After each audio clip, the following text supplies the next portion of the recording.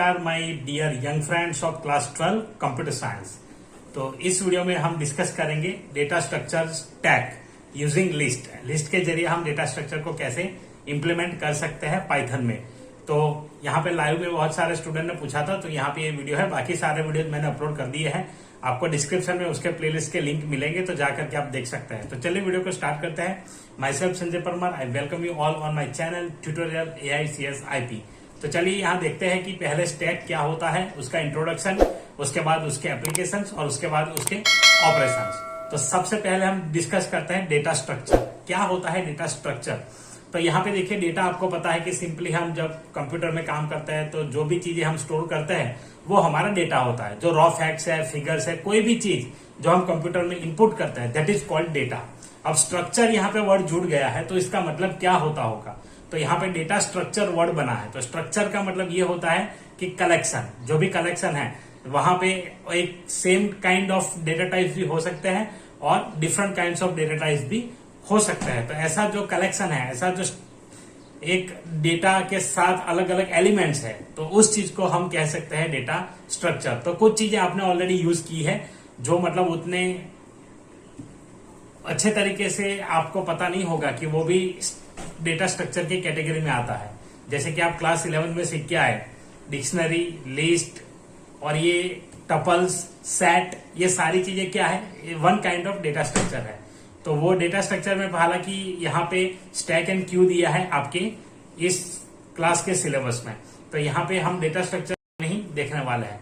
तो सबसे पहले हमने ये कर लिया डिस्कशन।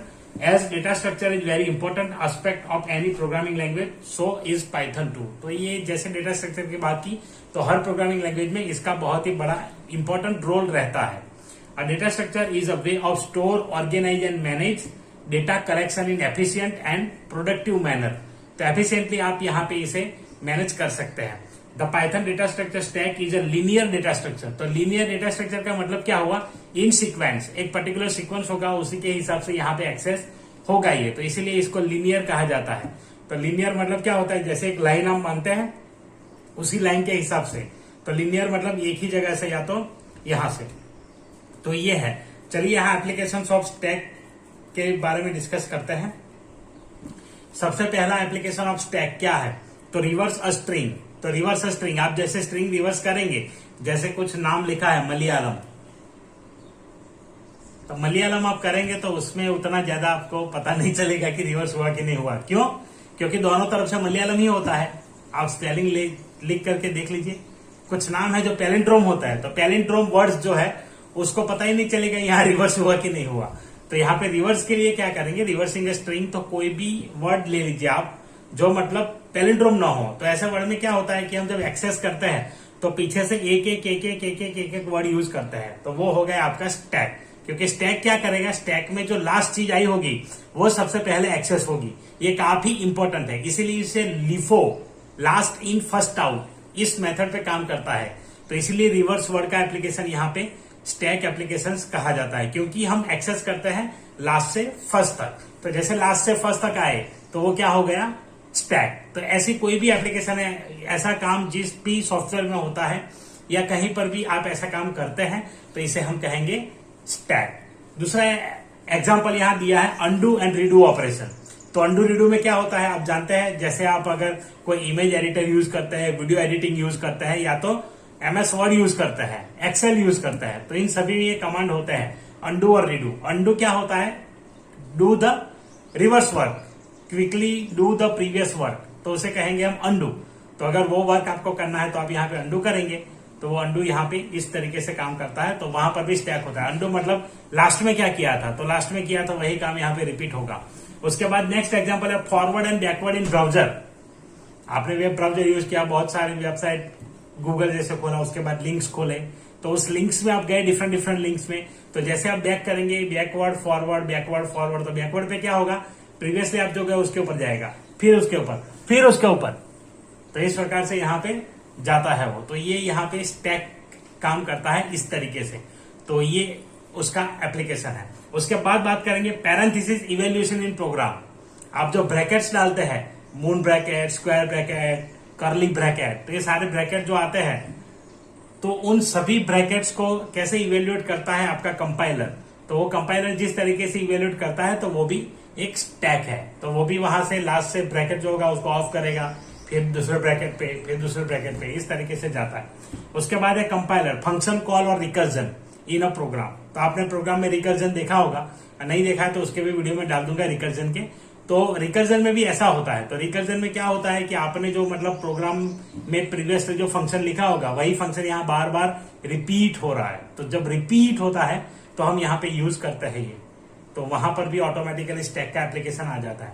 उसके बाद नेक्स्ट है back tracking. Back tracking generally use होता है पजल्स एंड सुडोकू करके जो आप गेम्स खेलते हैं उसके अंदर, तो उसके अंदर ये चीज यूज होती है बैक ट्रैकिंग।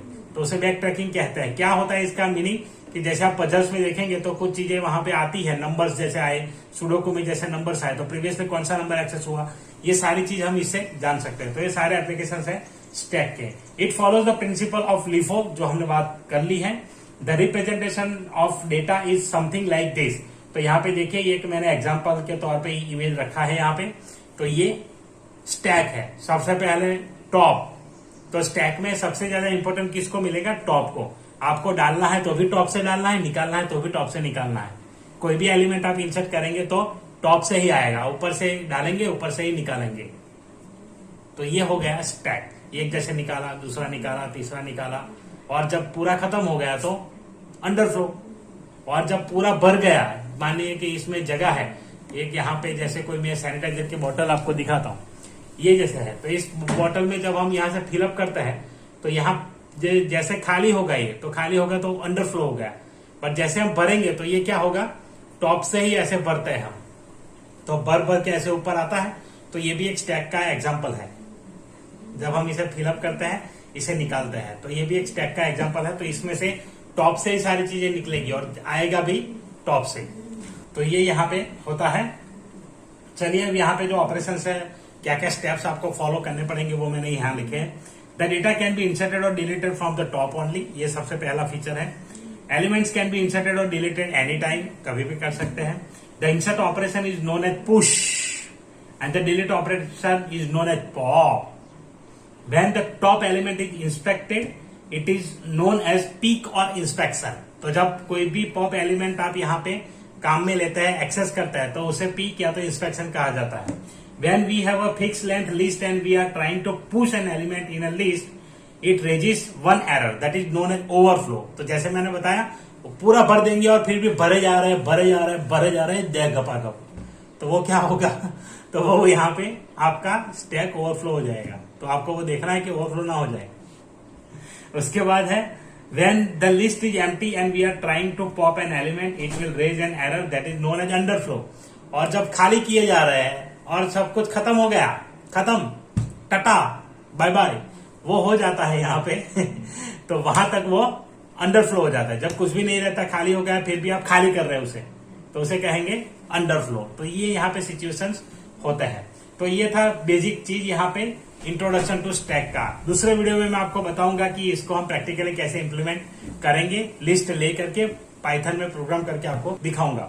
तो आशा रखता हूं कि आपको जो वीडियो में मैंने एक्सप्लेन किया है वो सारा कंसेप्ट समझ में आया होगा। और आपके कोई डाउट्स है, कोई क्वेरीज है, तो कमेंट बॉक्स इंतजार कर रहा है। आप जा करके उसे भर दीजिए, उसे ओवरफ्लो कर दीजिए। और वीडियो को लाइक करें, शेयर करें, अपने व्हाट्सएप को भी ओवरफ्लो कर दीजिए, शेयर कर करके आपके जितने भी ग्रुप्स है उसमें सभी स्टूडेंट्स तक ये वीडियो पहुंचाइए, तो उनको भी ये पता चले कि स्टैक कैसे काम करता है, इंट्रोडक्शन टू स्टैक क्या है। मिलते हैं अगले वीडियो में, तब तक के लिए अपना ख्याल रखें, अपनी पढ़ाई का ख्याल रखें। वीडियो देखने के लिए धन्यवाद। टाटा बाय बाय, जय हिंद।